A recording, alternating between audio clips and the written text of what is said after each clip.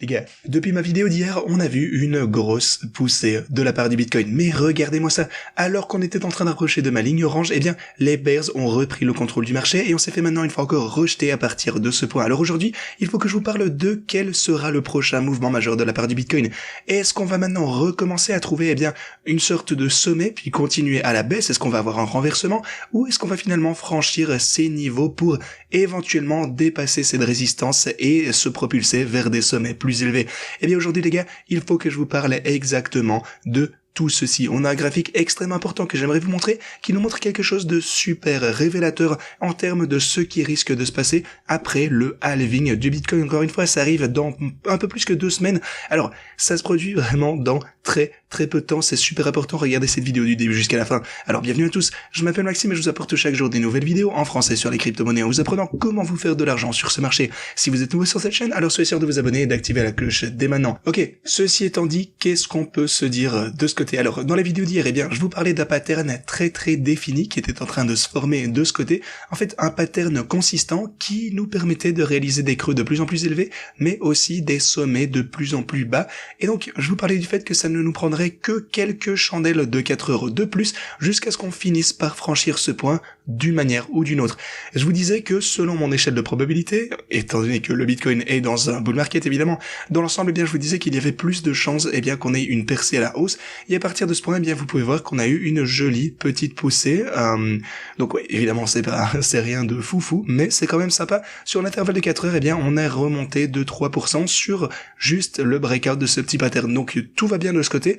En dehors de ça, ce que vous pouvez voir également, c'est qu'on a franchi ce point super important à 68 500 $. Cette ligne orange était super importante à récupérer. Comme vous le savez, lors de la poussée précédente, on s'avait rejeté de ce côté, en fait on l'a dépassé, on a essayé de se consolider au-dessus, de confirmer le support, mais ensuite est arrivé cette énorme chandelle rouge pour les marchés traditionnels qui est venue tout gâcher malheureusement, et donc c'est à ce moment-là que le Bitcoin a rechuté également. Mais ce que je vous ai dit de ce côté, c'est que je pensais que si cette chandelle rouge pour les marchés traditionnels ne s'était pas produite de cette façon, je pensais qu'on se retrouverait déjà aux 70-71 000 $ et même plus haut. Donc, je pense toujours que le Bitcoin a plus d'élan haussier à utiliser prochainement. Et ça a été le cas, évidemment. On a majoritairement remonté dernièrement. Donc, on est juste en dessous des 70 000 $. Finalement, c'est juste une bonne situation dans laquelle se retrouver. Mais alors, quel est le prochain mouvement du Bitcoin? En ce qui me concerne, je pense que après potentiellement une certaine consolidation ici, vous voyez, les bears ont tenté de nous repousser, mais ils n'ont pas réussi. Alors, à mon avis, on va remonter jusqu'aux 70 000 $. On va récupérer ce point et retester potentiellement cette résistance clé, la ligne orange au 71. Maintenant, c'est vraiment super important. Regardez à combien de reprises on s'est fait rejeter par ce niveau la dernière fois qu'on se trouvait dans cette zone.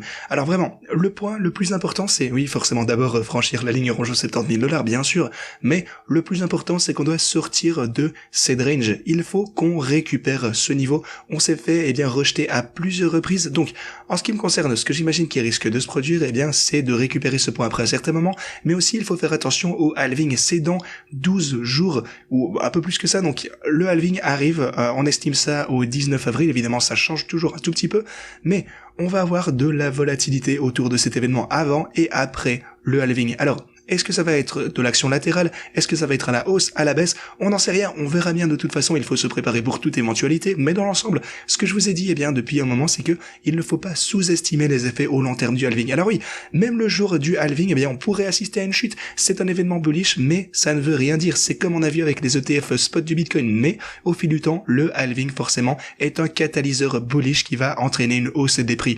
En ce qui me concerne, ce n'est qu'une question de temps jusqu'à ce qu'on retrouve le niveau des 71 500 $, de toute façon, il va être franchi, on verra des prix plus élevés. Pour ce qui est des marchés traditionnels, ça semble assez prometteur également. Après cette grosse chandelle rouge, on a recommencé lentement à monter ici, ça signale de la force.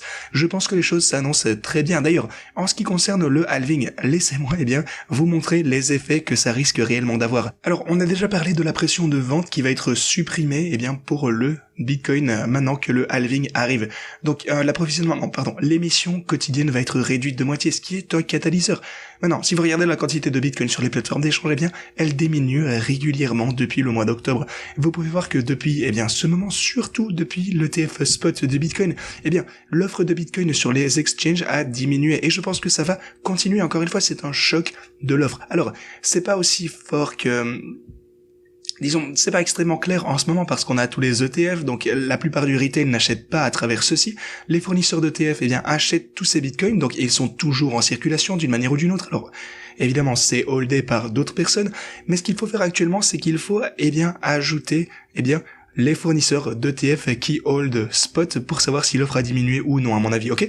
Alors, néanmoins, l'offre est en train de chuter, c'est extrêmement important. Alors, le halving va encore plus réduire tout ceci, ce qui est une super bonne recette pour voir des prix plus élevés pour le Bitcoin à l'avenir. Je comprends même pas pourquoi les gens pensent que ça va chuter au fil du temps. Tout nous indique une hausse à venir.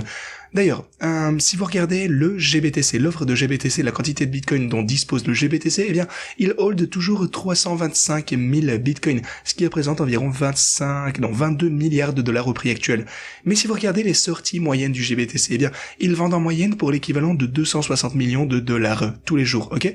Alors, il ne nous faudra à partir de ce point que environ 84 jours pour que ce chiffre atteigne 0. Maintenant évidemment ça ne reviendra jamais à 0, mais pour que la plupart de leurs soldes disparaissent, que la pression de vente s'arrête. Je pense qu'il faudra peut-être, allez disons la moitié de ces jours, peut-être un peu plus qu'un mois, 2 mois, 2 petits mois, quelque chose comme ça, jusqu'à ce que le GBTC puisse réellement commencer à arrêter sa vente, sa pression de vente, ou alors de toute façon ça va finir par revenir à des quantités tellement petites que ce sera insignifiant. Donc on verra bien les gars, mais je pense encore une fois que ce n'est qu'une question de temps avant qu'on ne voit ceci, je dirais encore une fois 40-50 jours peut-être, quelque chose comme ça, jusqu'à ce qu'on commence à avoir plus ou moins un équilibre ou même des afflux positifs également du côté du GBTC et de Grayscale, ce qui va supprimer un énorme point de FUD pour l'avenir et donc simplement profiter de l'action bullish des ETF. Alors les gars, étant donné que le Bitcoin est en train de pumper une fois encore, ça veut dire qu'on est retourné dans la range dans laquelle mes stratégies de trading peuvent trader. On est aux 68 500 $ jusqu'aux 82 000, c'est la fourchette de prix dans laquelle on veut avoir le Bitcoin. Si on veut tirer le meilleur parti de ces stratégies de trading, on souhaite que le Bitcoin se consolide dans cette fourchette. Donc oui, vous pouvez voir qu'on continue toujours à progresser de ce côté, on est en train de revenir dans le vert ici, ce qui est fantastique, et bien sûr, on veut être dans cette range pour qu'elle fasse leur meilleur travail. Alors, voyons si le Bitcoin a une forte poussée à la hausse, ça générera immédiatement énormément de bénéfices, donc ça ne peut que tarder de toute façon. Comme je vous disais précédemment, lorsqu'on sera, ici on était au moins 30 000 plus ou moins, alors je vous disais, on se détend, relax, de toute façon, on sait que cette situation va s'inverser à un moment donné, donc on verra ces stratégies de trading réaliser des bénéfices, ça fait partie de la stratégie. Maintenant, évidemment, ce ne sont jamais des conseils financiers, je vous montre juste ce que je fais personnellement avec transparence. Comme vous le savez, on a déjà gagné des millions en utilisant cette stratégie et je pense que ça va pouvoir continuer. Mais on verra bien avec le temps, de toute façon. S'il y a une chose dont on peut être sûr et certain, c'est que je vous montre tout sur la chaîne, même lorsque je perds de l'argent, c'est déjà arrivé. Mais si vous souhaitez utiliser ces stratégies de trading par vous-même, maintenant on est de nouveau dans la range dans laquelle elles sont efficaces. Alors, vous préféreriez bien sûr ouvrir les bots au bas de la range. Alors, si vous voulez faire ça, rendez-vous en description de cette vidéo, vous faites défiler, vous avez le lien OKX ici, vous aurez jusque 60 000 $ en cliquant sur ce lien bonus de dépôt, cliquez sur rejoindre. Une fois que vous avez créé votre compte, vous pouvez ensuite descendre et cliquer sur ce lien juste ici. Vous pouvez utiliser ces stratégies de trading avec les mêmes paramètres qu'on utilise sur la chaîne. Si vous ne pouvez pas utiliser OKX, vous avez BitGet, rendez-vous de ce côté. Une fois que vous avez réclamé vos bonus, vous pouvez commencer à trader le Bitcoin de la même manière que je vous le montre ici tous les jours. Les gars, ceci dit, c'est tout ce que je fais pour vous aujourd'hui. Merci d'avoir regardé cette vidéo et moi je vous dis à la prochaine.